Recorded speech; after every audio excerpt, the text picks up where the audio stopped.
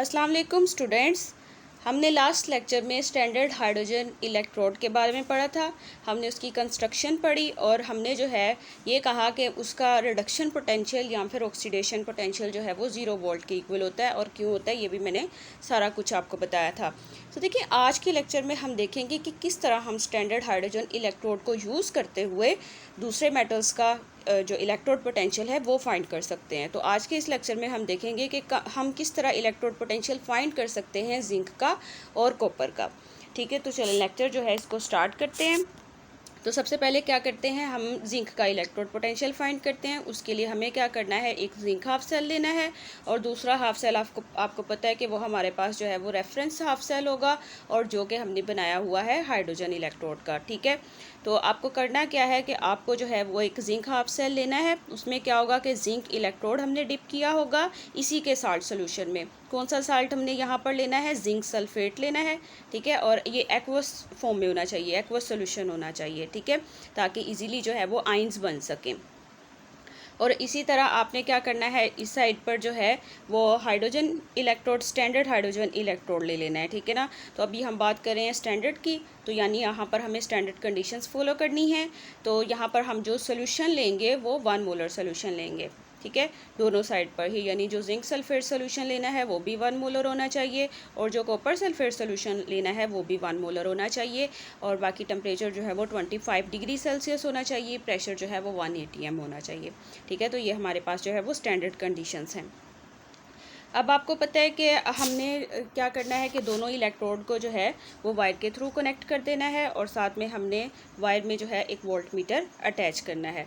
उसके अलावा जो दोनों सोल्यूशंस हैं, दोनों सोल्यूशन को हमने साल्ट ब्रिज के थ्रू कनेक्ट करना है। इस तरह ये एक कंप्लीट सर्किट बनेगा, क्लोज्ड सर्किट बन जाएगा। ठीक है, बाकी यहाँ पर रिएक्शन जो है वो स्पॉन्टेनियस होगा, हमें कुछ नहीं करना, रिएक्शन खुद ब खुद स्टार्ट होगा, वोल्ट मीटर खुद रीडिंग देगा।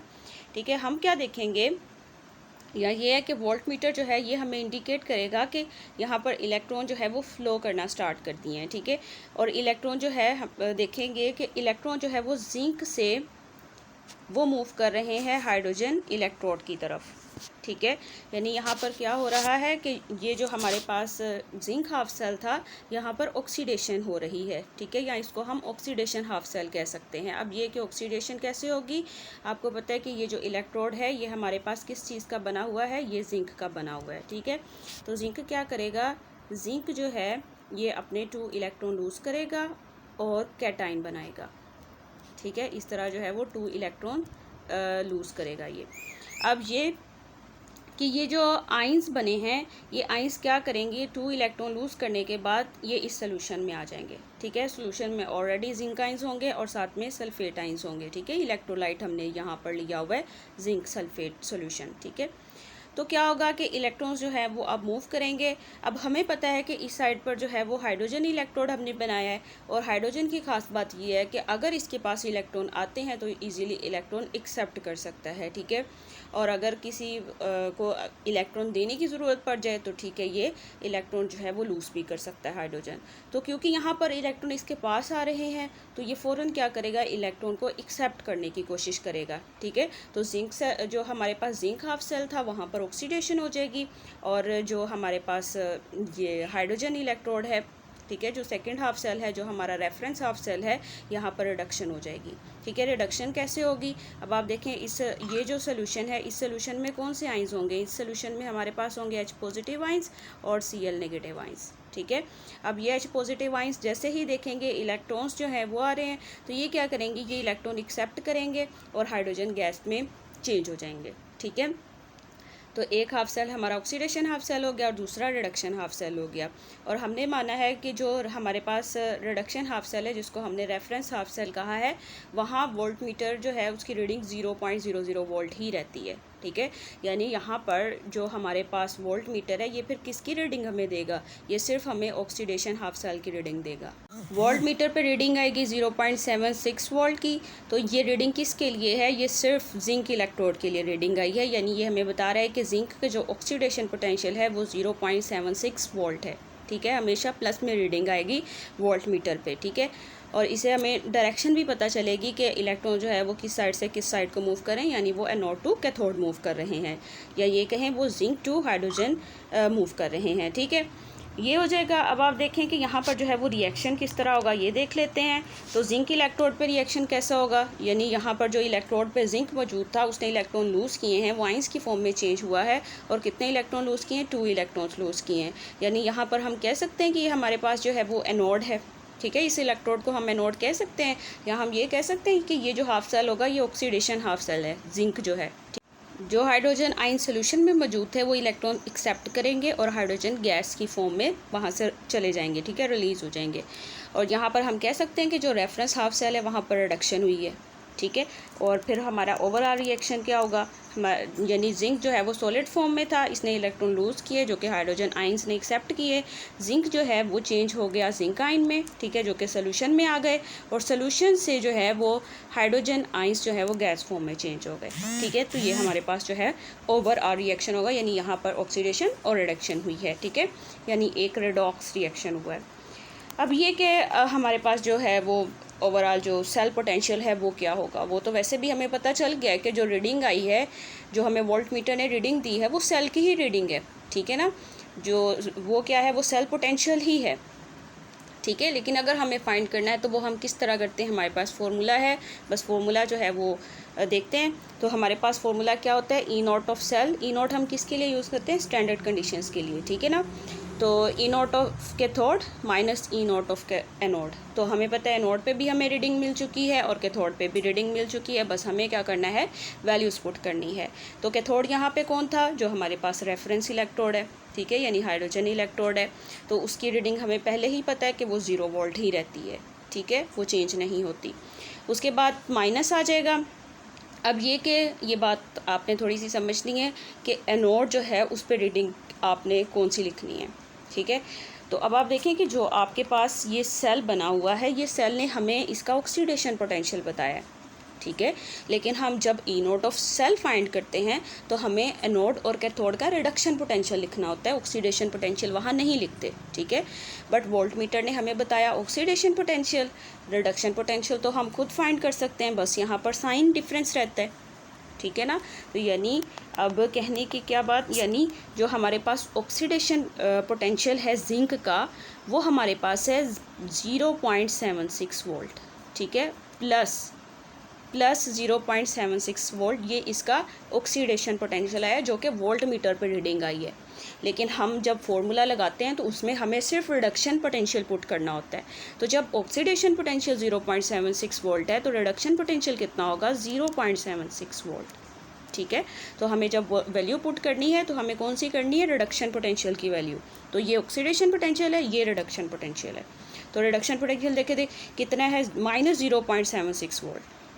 माइनस और माइनस कितना रहता है, प्लस रहता है, यानी ई नॉट ऑफ सेल की वैल्यू क्या आएगी, प्लस 0.76 वोल्ट। तो ये वैल्यू किसकी है, ये हमारे पास जिंक की वैल्यू आई थी, और फिर हमने उसी वैल्यू को पुट किया और हमारे पास जो है वो पूरे सेल की वैल्यू आ गई। ठीक है, यानी ई नॉट ऑफ सेल जो है आप देखें हमारे पास पॉजिटिव आई है, यानी कॉम्बिनेशन बिल्कुल ठीक बना हुआ है। ठीक है, यही हमें बताता है जब भी ई नॉट जो है वो पॉजिटिव आएगा तो कॉम्बिनेशन जो है वो ठीक है।